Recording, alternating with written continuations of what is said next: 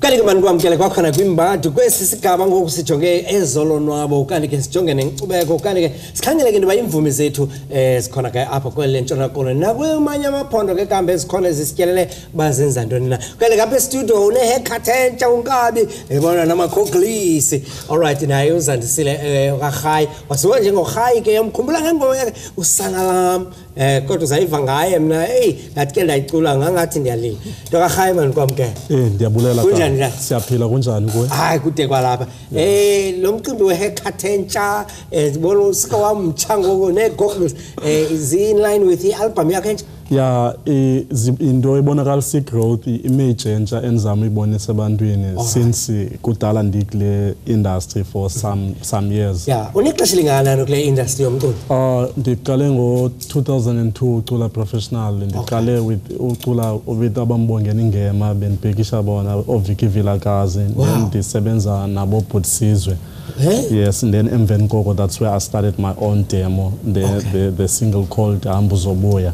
Then after that ke ngosenze izingoma zifana nabo sana lwam. Bhutisizwe zakho lo bawubongeni ngema udibana naphi apha eKapa okanye useGauteng ngelo xesha? No, ndidibene nabo apha eKapa through i-production eyayibizwa kubana yi-Other Praise. It was more like umoja and those things there zobujoyous. So besiyenze Baxter nase SABC. Okay. Yintoni ke yafika kuwe yakwenza wathatha isigqibo soba uzimele ngokuzenzela into yakho? Through i-experience endiyifumene kubo while bendisebenza nabo ndazixelela ukuthi now ngoku ndifit for uba ndingazimela as uRhayi because nditravelishile all over the country kwi-stage ezininzi ndasebenza ndacula nabantu abaninzi. That's why I told myself ubana okay now ndi-ready ndingaba nguye ngokuRhayi, let me establish my own brand. Okay, all right. Ngoku sithethayo une-album ezingaphi? Ndine-album eziyi-2.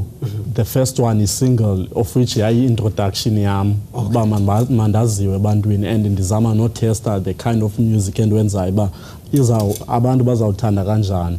Then ke ngoba uthanda abantu ndaza ne-album yesibini ethi Ubomi. All right. uRhayi umculo wakhe kumuntu omameleyo na kumuntu obukeleyo ngathi umculo ocula ngumculo njani? Umculo enduculayo yi-Afro pop, soul, R&B. But zonke ezo zinto ndizenza ngolwimi lalapha ekhaya. So ndingatsho kanjalo. All right. Iqhube njani i-album Ubomi marketing? Ubomi buthengisile and lisathengisa even nangoku. Iyaphela ezivenkileni abantu baphinda bafona uba mandibazisele esinye istock.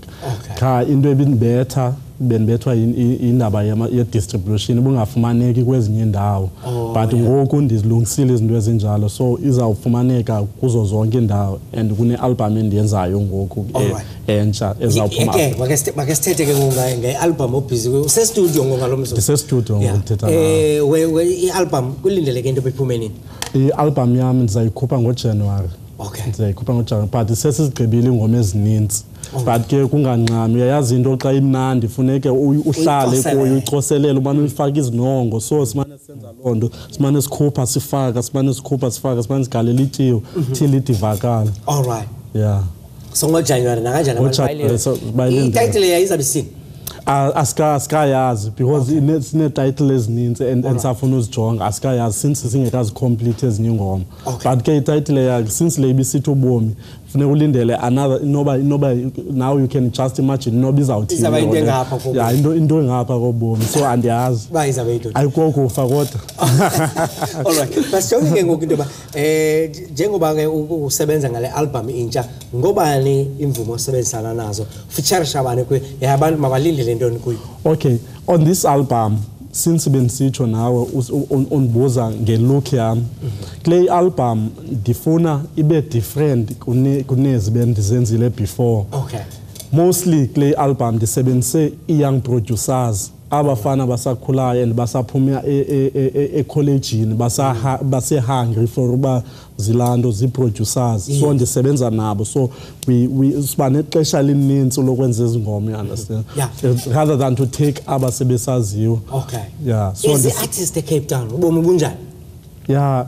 as a artist Cape Town tough ngohlobo lobana zimbali resources but kuyo yonke into funeke i-artists zalapha eCape Town funeke zazi into eyi-one ba music akukho ukucula qha there's other things around music onozenza. For instance mna ndiyacula but at the same time ndine-company yami ebizwa RHAYI Entertainment where I do branding, where I do events, where I do posters, where I'm ndi-mentorisha khona ndenze nama-workshops kwezinye artists all other things. So I involve only, so if uzojonga only music then uzawuphela uyeka along the way because uzawubona uba it doesn't happen.